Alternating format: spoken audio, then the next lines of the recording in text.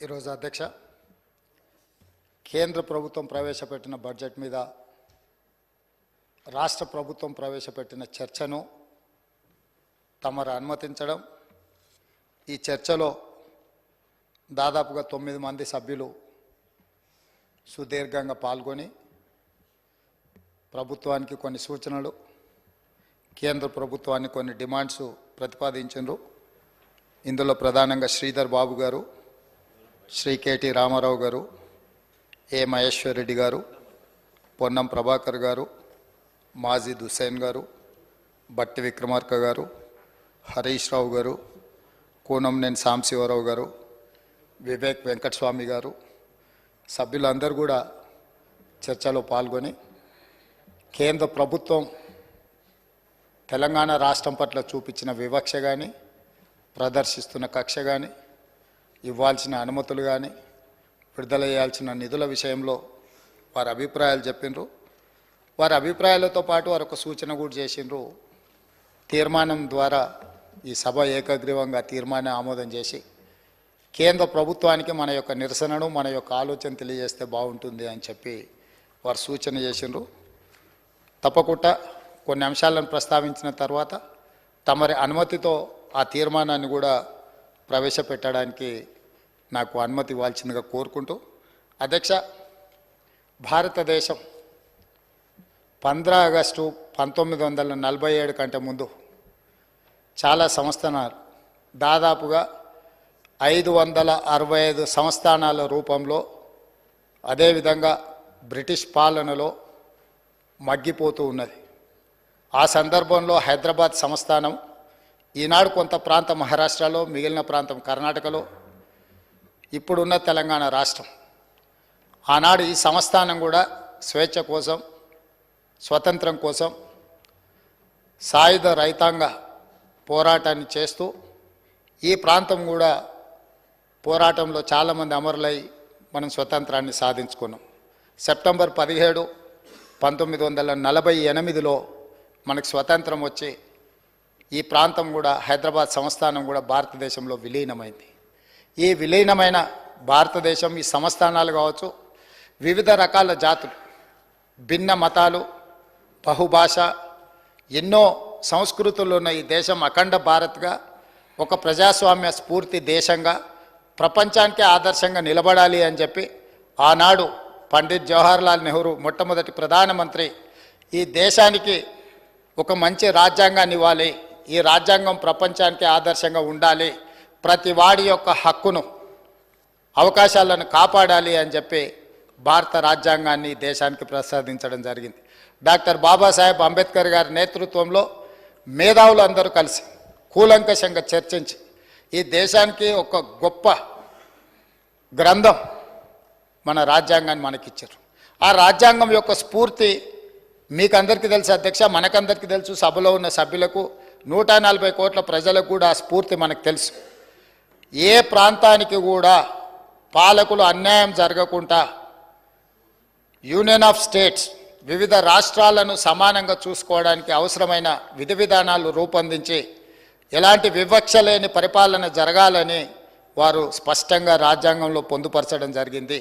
ఆ రాజ్యాంగ స్ఫూర్తితోనే కాంగ్రెస్ పార్టీ కొన్ని దశాబ్దాలు ఈ దేశంలో పరిపాలనను ప్రజలకు అందించి, బాక్రానంగల్ డ్యామ్ నుంచి మొదలు పెడితే నాగార్జున సాగర్ వరకు, హరిత విప్లవం నుంచి మొదలు పెడితే మీకు గ్రీన్ అంటే ప్రతిదీ, సాగునీటి ప్రాజెక్టుల నుంచి మొదలు పెడితే అణు బాంబు తయారీ వరకు అన్ని రకాల కార్యక్రమాలను ముందుకు తీసుకెళ్తూ, ఎడ్యుకేషన్ నుంచి ఇరిగేషన్ వరకు, హెల్త్ నుంచి ఎంప్లాయ్మెంట్ వరకు సమానమైన అవకాశాలు ఈ దేశంలో ఉండే యువతకు ఇవ్వాలన్న ఆలోచనతోని ఒక మంచి పరిపాలనకు పండిత్ జవహర్లాల్ నెహ్రూ గారు పునాదులు వేసిండ్రు.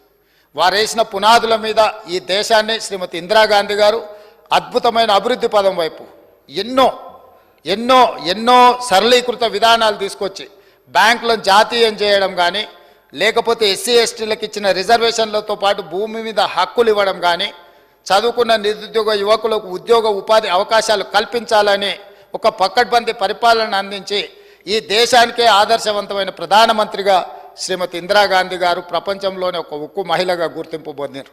ఆ తర్వాత సంక్షోభాలు ఎదుర్కొంటున్న దేశం ప్రజాస్వామ్యం మనుగడ సాధిస్తుందా లేదా అని ప్రపంచ దేశాల ముందు అనుమానంగా నిలబడ్డ ఈ దేశాన్ని 2004లో శ్రీమతి సోనియా గాంధీ గారి నాయకత్వంలో యూపీఏ 1 ప్రభుత్వాన్ని మన్మోహన్ సింగ్ గారిని ప్రధానమంత్రిని చేసి ఈ దేశాన్ని సరళీకృత విధానాలను ముందుకు తీసుకెళ్ళి ఈ దేశాన్ని ప్రపంచంతో పోటీ పడే విధంగా ఆ ప్రధానమంత్రి గారు తీర్చిదిద్దారు.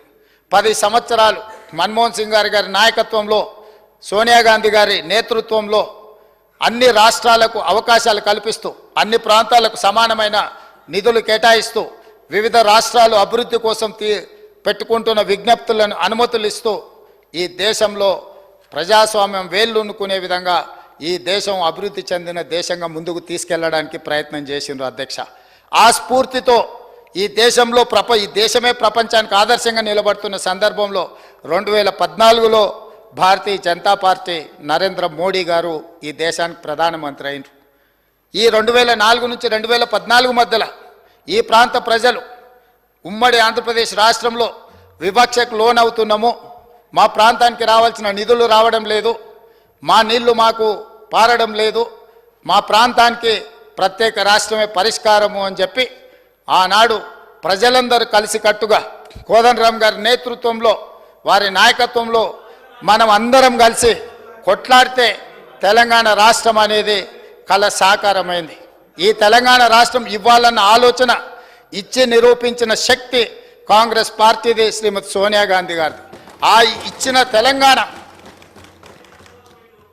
అభివృద్ధి చెందిన రాష్ట్రంగా ముందుకు జరగాలి అని, ఆ రాష్ట్రం అభివృద్ధి చెందాలి అని అంటే ఏమేమి అనుమతులు ఇవ్వాలనో చట్ట రూపంలో ఆంధ్రప్రదేశ్ విభజన చట్టం 2014 స్టేట్ రీఆర్గనైజేషన్ యాక్టులో స్పష్టంగా ఈ రాష్ట్రాన్ని అభివృద్ధి చెయ్యాలి అంటే బయ్యారంలో ఖమ్మం జిల్లాలో ఉక్కు కర్మాగారం నిర్మించాలి, కాజిపేటలో రైల్వే కోచ్ ఫ్యాక్టరీ నిర్మించాలి, IIITలు ఇవ్వాలి, ట్రైబల్ యూనివర్సిటీ ఇవ్వాలి, IIM ఇవ్వాలి, సాగునీటి ప్రాజెక్టు అయిన జాతీయ ప్రాజెక్టు ఇవ్వాలి, ఈ ప్రాంతంలో 4000 మెగావాట్ల NTPC పవర్ ప్రాజెక్టు నిర్మించాలి.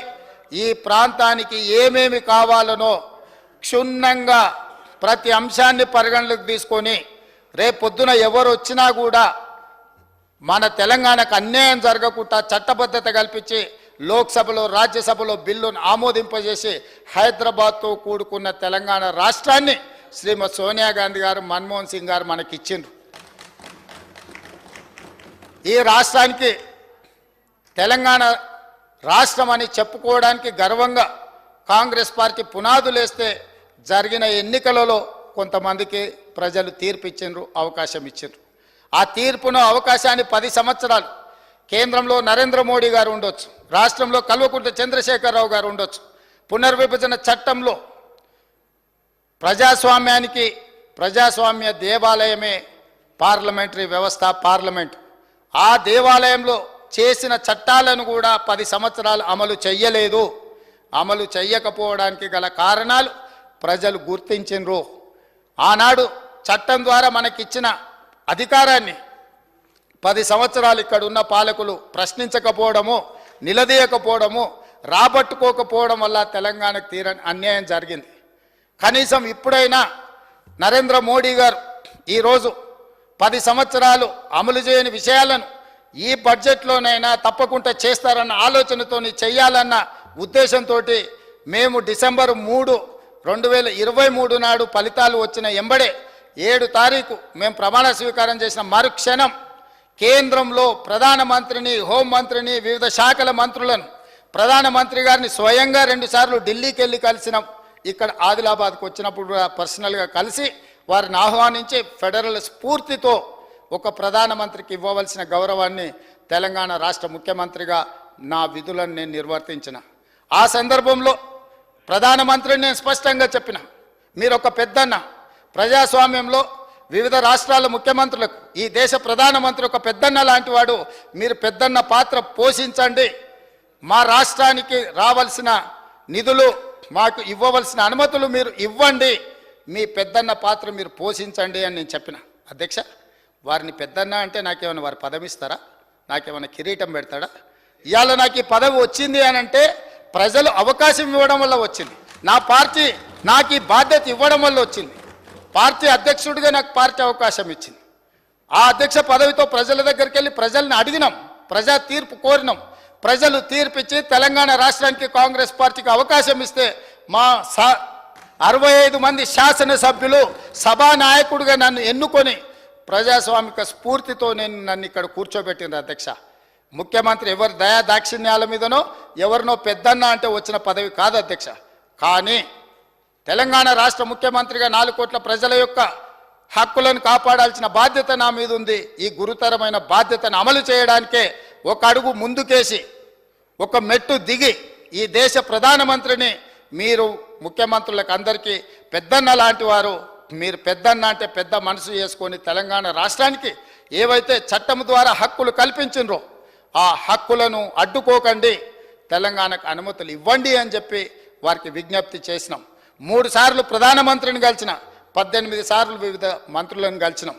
ప్రతి ఒక్కరిని కలిసి తెలంగాణ రాష్ట్రానికి రావాల్సిన బయ్యారం ఉక్కు కర్మాగారం గురించి, రైల్వే కోచ్ ఫ్యాక్టరీ గురించి, గిరిజన యూనివర్సిటీ గురించి, IIIT గురించి, IIM గురించి, మూసీ పరివాహక ప్రాంతం అభివృద్ధి కోసం, రీజనల్ రింగ్ రోడ్డు కోసం, పాలమూరు రంగారెడ్డి ఎత్తిపోతల ప్రాజెక్టు కోసం, ఈరోజు ఈ రాష్ట్రంలో జరగవలసిన అభివృద్ధి కోసం, సెమీ కండక్టర్స్ కోసం, అదేవిధంగా IT పరిశ్రమల కోసం, ఈరోజు ఫార్మా పరిశ్రమల కోసం అనుమతులు ఇవ్వండి, మీరు నిధులు ఇవ్వండి అని చెప్పి ఈరోజు వారిని కలిసి మేము విజ్ఞప్తి చేయడం జరిగింది అధ్యక్ష. ఇవన్నీ కూడా ప్రజాస్వామిక స్ఫూర్తితో పనిచేయాలన్న ఆలోచన, అంతే తప్ప ఎవరి దగ్గరనో వంగిపోవడమో ఎవరి దగ్గరనో లొంగిపోవడానికి ప్రయత్నం చేయలేదు అధ్యక్ష. ఇన్ని ప్రయత్నాలు చేసినా కేంద్ర ప్రభుత్వం మన పట్ల వివక్ష చూపించింది. ఇది వివక్షనే కాదు, కక్షాపూరితమైన చర్య అని చెప్పి నిర్ద్విధంగా సభ ఖండించాలి అని చెప్పి ఈరోజు ప్రత్యేకంగా రోజు మొత్తం ఈ సభలో చర్చ పెట్టి ప్రతి సభ్యుడికి అవకాశం ఇచ్చి మీ అభిప్రాయాలు చెప్పండి, నిక్కచ్చిగా మీరు చెప్పే అభిప్రాయాన్ని కేంద్ర ప్రభుత్వానికి తెలియజెప్తామని చెప్పి ఈరోజు ఈ సభలో చర్చకు తీసుకున్నాం అధ్యక్ష. కానీ జరుగుతున్న పరిణామాలు మీరు చూసారు కదా అధ్యక్ష. అసలు విషయాన్ని పక్కదోవ పట్టించి ఇక్కడున్న ప్రభుత్వాన్ని దోషిగా నిలబెట్టాలని, నరేంద్ర మోడీని కాపాడాలని, లేదా నరేంద్ర మోడీ గారి పార్టీలో మేము ఉన్నాం కాబట్టి ఆ పార్టీని సమర్థించాలని, ఇట్లా వివిధ రకాలుగా ఈరోజు ఇక్కడ చర్చ జరుగుతున్నది అధ్యక్ష. అయినా అధ్యక్ష కొంతమంది పదే త్యాగాలు చేసిన పదవులు తెలంగాణ కోసం అంటున్నారు అధ్యక్ష. ఎమ్మెల్యే కాకముందే ఆ వ్యక్తులను మంత్రులను చేసింది కాంగ్రెస్ పార్టీ అన్న సంగతి ఆ వ్యక్తి మర్చిపోతే తెలంగాణ సమాజం మర్చిపోదు అధ్యక్ష. ఏది లేనప్పుడు, ఏ దిక్కు ఏ దివాణం లేనప్పుడు, వార్డు మెంబర్ కానప్పుడు ఆ రోజు మంత్రి పదవి ఇచ్చింది కాంగ్రెస్ పార్టీ శ్రీమతి సోనియా గాంధీ గారన్న సంగతి వారు మర్చిపోతే ప్రజలు క్షమించరు అధ్యక్ష. అదేవిధంగా అధ్యక్ష ఈరోజు కొన్ని అంశాలను నేను మీ ముందు ప్రస్తావించదలుచుకున్న అధ్యక్ష. నేను ఎక్కువ రాజకీయాల జోలికి పోదలుచుకోలేదు. రాజకీయపరమైన చర్చలకు ఇంకా చాలా రోజులు సభా సమావేశం ఉంది. అవసరమైనప్పుడు తమరి అనుమతి తీసుకొని తప్పకుండా అన్ని విషయాలు అన్ని వివరాలు సభ ద్వారా తెలంగాణ ప్రజలకు నేను చెప్తాను అధ్యక్ష. 2-3 ప్రధానమైన అంశాలను నేను ఈరోజు ప్రస్తావించదలుచుకున్నది అధ్యక్ష. ఈ సభలో దేశంలో జరుగుతున్న పరిణామాలను ఈ సభ ద్వారా తెలంగాణ సమాజానికి చెప్పాల్సిన అవసరం ఉన్నది అధ్యక్ష. ఎందుకు అనంటే మనం ఈ సభలో ఇక్కడ జరుగుతున్న పరిణామాలను నిశ్చితంగా గమనిస్తున్నారు. కేంద్ర ప్రభుత్వం పట్ల మన వైఖరి ఏంది, కేంద్ర ప్రభుత్వానికి మన పట్ల ఉన్న వైఖరి ఏంది అనేది కూడా ఈరోజు తెలంగాణ సమాజానికి చెప్పాలి అధ్యక్ష. అందుకే అధ్యక్ష ఈరోజు దేశంలో ₹1 తెలంగాణ రాష్ట్రం ₹1 కేంద్ర ప్రభుత్వానికి పన్నుల రూపంలో చెల్లిస్తే తెలంగాణ రాష్ట్రానికి తిరిగి కేంద్ర ప్రభుత్వం ఇస్తున్నది 47 పైసలు అధ్యక్ష. కానీ అదే బీహార్ రాష్ట్రం ₹1 పన్ను చెల్లిస్తే బీహార్ రాష్ట్రానికి ₹7.26 వాళ్ళకు తిరిగి వస్తున్నాయి అధ్యక్ష. ఉత్తరప్రదేశ్ పరిస్థితి అదే అధ్యక్ష. అదేవిధంగా అధ్యక్ష గత 5 సంవత్సరాలలో తెలంగాణ నుండి 3,68,000 కోట్ల రూపాయలు పన్నుల రూపంలో తెలంగాణ ప్రజలు కేంద్ర ప్రభుత్వానికి చెల్లిస్తే కేంద్ర ప్రభుత్వం తిరిగి తెలంగాణకి ఇచ్చింది 1,68,000 కోట్ల రూపాయలే అధ్యక్ష. అంటే ఈరోజు తెలంగాణ రాష్ట్రం చెల్లిస్తున్న పన్నులు తిరిగి కేంద్ర ప్రభుత్వం మనకిస్తున్న నిధులు ఇది అధ్యక్ష. ఈరోజు చాలామంది కేంద్ర ప్రభుత్వం మీకు అమృత్ ద్వారా మీకు 3,500 ఇచ్చిండ్రు, 3,500 కోట్లు ఇచ్చిండ్రు. నేను అడుగుతున్నా లేకపోతే ఇంకేదో ఇచ్చిందని. ఏం గుజరాత్లో మోడీ గారి ఎస్టేట్లు అమ్మి మనకేమన్నా ఇచ్చిండా అధ్యక్ష? లేకపోతే ఆయన జాగీర్దార్ భూములు ఏమన్నా అమ్మి మనకేమన్నా గుజరాత్ నుంచి మనకేమన్నా అదనంగా ఇచ్చింది అధ్యక్ష? తెలంగాణ రాష్ట్రం 3,68,000 కోట్ల రూపాయలు పన్నుల రూపంలో 5 సంవత్సరాల కేంద్ర ప్రభుత్వానికి చెల్లిస్తే కేంద్ర ప్రభుత్వం తిరిగి మనకు విడుదల చేసిన నిధులు 1,68,000 కోట్ల రూపాయలు మాత్రమే.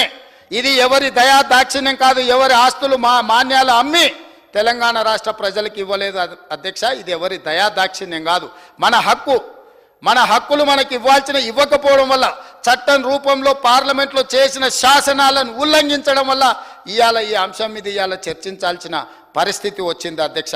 అదేవిధంగా అధ్యక్ష, ఈరోజు నేను ఇంకొక మాట చెప్పదలుచుకున్నాను అధ్యక్ష.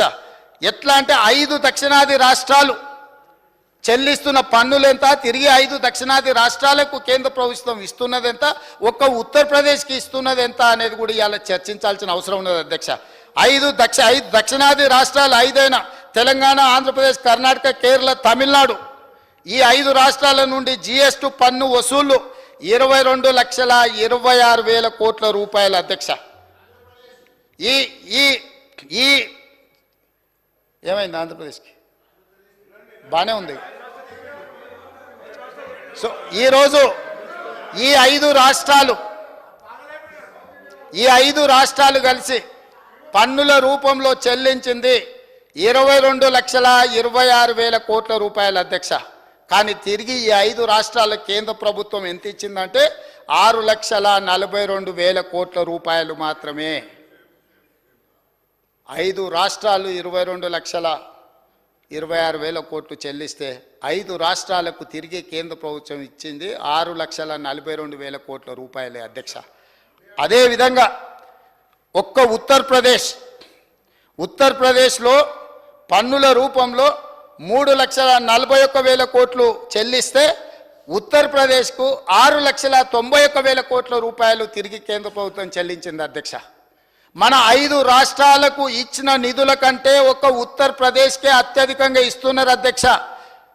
ఉత్తరప్రదేశ్ నుంచి కేంద్ర ప్రభుత్వానికి GST పన్నుల రూపంలో వచ్చింది 3,41,000 కోట్ల రూపాయలైతే ఉత్తరప్రదేశ్కి కేంద్ర ప్రభుత్వం చెల్లించింది 6,91,000 కోట్ల రూపాయలు అధ్యక్ష. ఇది వివక్ష అధ్యక్ష. అందుకే కేంద్ర ప్రభుత్వాన్ని, ప్రధానమంత్రి నరేంద్ర మోడీ గారిని కలిసి స్పష్టంగా వేదిక మీద ప్రత్యక్షంగా వారి సమక్షంలో చెప్పిన, మీరు మాట్లాడుతున్న 5 ట్రిలియన్ ఎకానమీ నిజంగానే ఈ దేశం రాణించాలి అని అంటే ఈ దేశంలో 5 మహానగరాలు ఉన్నాయి. 5 మహానగరాలల్లో ఢిల్లీ, ముంబై, కల్కట్టా, బెంగళూరు, హైదరాబాద్ ఒక ప్రధానమైన మహానగరం, మెట్రోపాలిటన్ సిటీ. నీ 5 ట్రిలియన్ ఎకానమీకి మీ ఆలోచనకు ఈ దేశం చేరాలి అంటే హైదరాబాద్ నగర అభివృద్ధి కోసం మూసీ రివర్ డెవలప్మెంట్ ఫ్రంట్కు మీరు నిధులు ఇవ్వాలి అని చెప్పినాను అధ్యక్ష. రీజనల్ రింగ్ రోడ్కు అనుమతులు ఇవ్వాలి, నిధులు ఇవ్వాలి అని నేను చెప్పిన అధ్యక్ష. మెట్రో రైలు విస్తరణ కోసం మీరు నిధులు ఇవ్వాలి, అనుమతులు ఇవ్వాలి అని నేను చెప్పినాను అధ్యక్ష.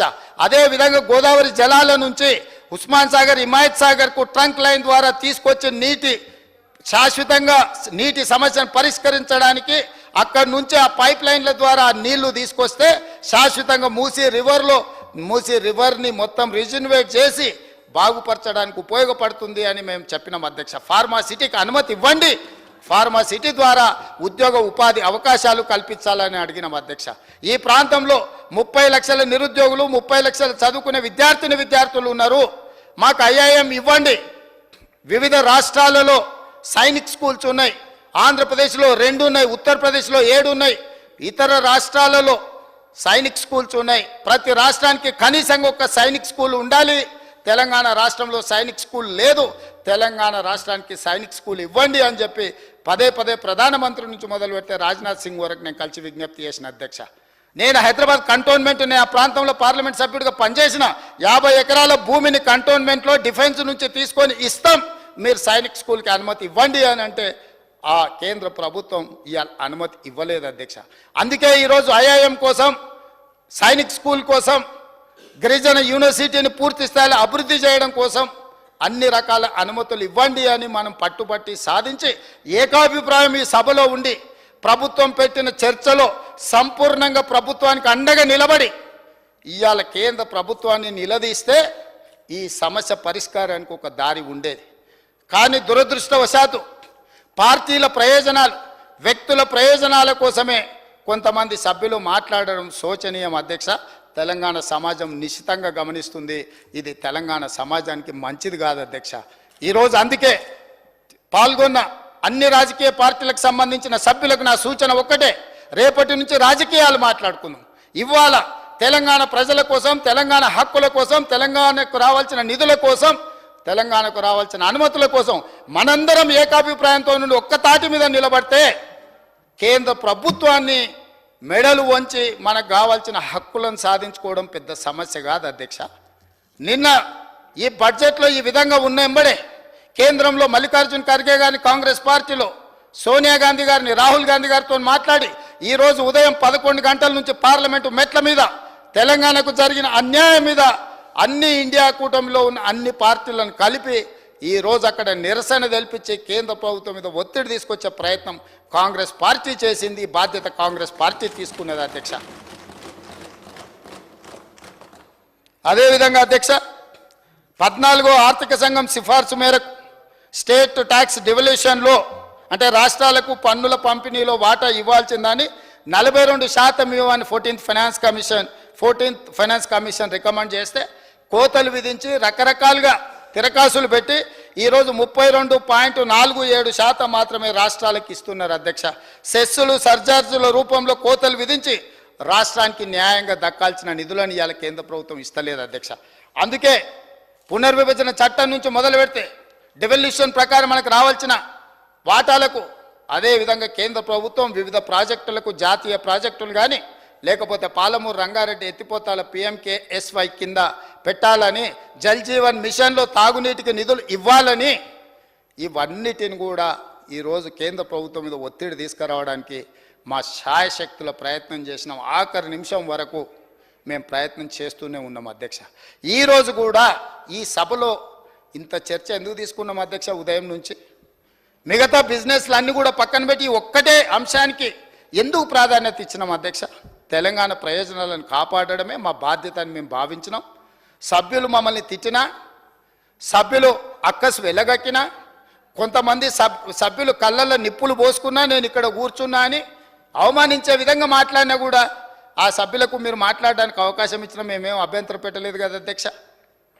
ఎక్కడెక్కడో లేని విషయాలు ఏదేదో అంశాలు ప్రస్తావించినా కూడా మేము ఎందుకు ఒప్పుకోబట్టినాం అధ్యక్ష? మా మిత్రులందరూ కూడా మేము కావాలంటే ఒక్క నిమిషం కూడా మాట్లాడుకుంటే చేసేటంత శక్తి మాకు ఇక్కడ లేదా అధ్యక్ష? అయినా మా సభ్యులు ఎందుకు సమన్వయంతో ఉన్నారు? ఈరోజు రాష్ట్ర ప్రయోజనాల కోసమే చర్చ జరగాలి సభలో.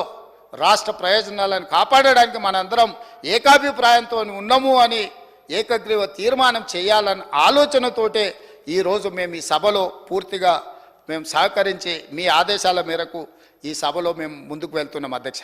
అందుకే అధ్యక్ష, కేంద్ర ప్రభుత్వానికి విస్పష్టంగా మా నిర్ణయం, మా నిరసన తెలుపదలుచుకున్నాం అధ్యక్ష. అందుకే మీ ద్వారా, సభ్యుల అనుమతి ద్వారా 27 తారీఖు నాడు ప్రధానమంత్రి నేతృత్వంలో నీతి ఆయోగ్ చైర్మన్ వచ్చేసి ప్రధానమంత్రి నరేంద్ర మోడీ గారి నేతృత్వంలో 27 తారీఖు నాడు నీతి ఆయోగ్ సమావేశం జరుగుతుంది. తెలంగాణ రాష్ట్ర హక్కులకు భంగం కలిగించినందుకు, తెలంగాణకు రావాల్సిన నిధులను విడుదల చేయనందుకు, తెలంగాణ రాష్ట్రానికి ఇవ్వవలసిన అనుమతులు ఇవ్వనందుకు నీతి ఆయోగ్ సమావేశాన్ని తెలంగాణ రాష్ట్ర ముఖ్యమంత్రిగా బహిష్కరిస్తున్నాము. ఈ బహిష్కరణను సభ మొత్తం ఏకగ్రీవంగా ఆమోదించాలని తమరి ద్వారా నేను విజ్ఞప్తి చేస్తున్నా అధ్యక్ష. మేము ప్రజాస్వామిక స్ఫూర్తిలో నిరసన తెలుపుతాం అధ్యక్ష.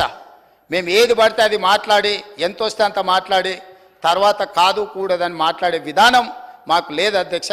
అందుకే నిర్దిష్టంగా విస్పష్టంగా తెలంగాణ రాష్ట్ర ప్రభుత్వం కేంద్ర ప్రభుత్వానికి నిరసన తెలుపదలుచుకున్నది. నిరసనలో మొదటి భాగంగా 27 తారీఖు నాడు జరగబోయే ప్రధానమంత్రి నేతృత్వంలో జరిగే నీతి ఆయోగ్ సమావేశాన్ని తెలంగాణ రాష్ట్ర ప్రభుత్వం, తెలంగాణ ముఖ్యమంత్రిగా బహిష్కరిస్తున్నాం. ఇది మా స్పష్టమైన నిర్ణయం అధ్యక్ష. ఈలోపు కేంద్ర ప్రభుత్వం ఆలోచన చేసుకొని సవరించిన బడ్జెట్లో అయినా తెలంగాణకు న్యాయం చేస్తామని, తెలంగాణకు బయ్యారం ఉక్కు కర్మాగారం ఇవ్వాలని, తెలంగాణకు రైల్వే కోచ్ ఫ్యాక్టరీ నిర్మించాలని, తెలంగాణకు ITIR కారిడార్ని తిరిగి పునరుద్ధరించాలని, పాలమూరు రంగారెడ్డి ఎత్తిపోతల ప్రాజెక్టుకు PMKSYలో అనుమతి ఇవ్వాలని, NTPC ద్వారా 4000 మెగావాట్ల ప్రాజెక్టు సంబంధించి బ్యాలెన్స్ 2400 మెగావాట్లు నిర్మించాలని, గిరిజన యూనివర్సిటీని పూర్తి స్థాయిలో ప్రారంభించాలని వీటన్నిటిని కూడా మేము డిమాండ్ చేస్తున్నాం. వీటి మీద పార్లమెంట్లో ప్రధానమంత్రి నుంచి ఒక స్పష్టమైన ప్రకటన రావాలని కోరుకుంటున్నాం అధ్యక్ష. అదేవిధంగా అధ్యక్ష, తమరి అనుమతి ద్వారా ఏదైతే మీరు తీర్మానం కోసం సభ్యులందరూ సూచన చేసిండ్రో తమరి అనుమతిస్తే తమరి అనుమతితో ఈ కింది తీర్మానాన్ని ప్రవేశపెట్టడానికి మిమ్మల్ని అనుమతి అడుగుతున్నాను అధ్యక్ష. గౌరవ ముఖ్యమంత్రి గారిని ప్రభుత్వ తీర్మానాన్ని ప్రవేశపెట్టవలసిందిగా కోరుతున్నాను. ధన్యవాదాలు అధ్యక్ష. డాక్టర్ బిఆర్ అంబేద్కర్ రచించిన రాజ్యాంగం ప్రకారం భారతదేశం అన్ని రాష్ట్రాల సమైక్య, అన్ని రాష్ట్రాల సమీకృత సమ్మిళిత అభివృద్ధి కేంద్ర ప్రభుత్వ బాధ్యత. ఈ ఫెడరల్ స్ఫూర్తిని కేంద్ర ప్రభుత్వం విస్మరించింది. కేంద్ర ప్రభుత్వం ప్రవేశపెట్టిన బడ్జెట్లో తెలంగాణకు వివక్ష జరిగింది. తెలంగాణ రాష్ట్ర ఏర్పాడిన నాటి నుంచి ఇదే ధోరణి కొనసాగించింది. ఆంధ్రప్రదేశ్ పునర్వ్యవస్థీకరణ చట్టం ప్రకారం 2 రాష్ట్రాల సుస్థిర అభివృద్ధి కోసం కేంద్ర ప్రభుత్వం అవసరమైన అన్ని చర్యలు చేపట్టాలి. కానీ విభజన చట్టంలో పొందుపరిచిన హామీలను అమలు చేయటంలో కేంద్ర ప్రభుత్వం విఫలమైంది. పార్లమెంటులో చేసిన విభజన చట్టంలో పొందుపరిచిన హామీలు ఇప్పటికీ అమలు కాకపోవటం తెలంగాణ ప్రగతిపై తీవ్రమైన ప్రభావం చూపింది. తెలంగాణ ప్రజాప్రభుత్వం ఏర్పడిన తర్వాత ముఖ్యమంత్రిగా నేను మరియు రాష్ట్ర మంత్రులు పలు దఫాలుగా ప్రధానమంత్రిని ఇతర కేంద్ర మంత్రులను కలిసి వివిధ విజ్ఞప్తులు చేశాము. రాష్ట్రానికి సంబంధించిన వివిధ ప్రాజెక్టులకు ఆర్థిక సాయం కోరడంతో పాటు చట్ట ప్రకారం రావాల్సిన నిధులు అపరిష్కృతంగా ఉన్న అంశాలపై అనేక సార్లు అభ్యర్థనలు అందించాము. కానీ కేంద్ర ప్రభుత్వం వీటిని పట్టించుకోకుండా కేంద్ర బడ్జెట్లో తెలంగాణ పట్ల పూర్తి వివక్ష చూపించింది. అందుకే తెలంగాణ రాష్ట్ర పట్ల కేంద్రం అనుసరించిన తీరుపై ఈ సభ తీవ్ర అసంతృప్తిని, నిరసనను తెలియజేస్తున్నది.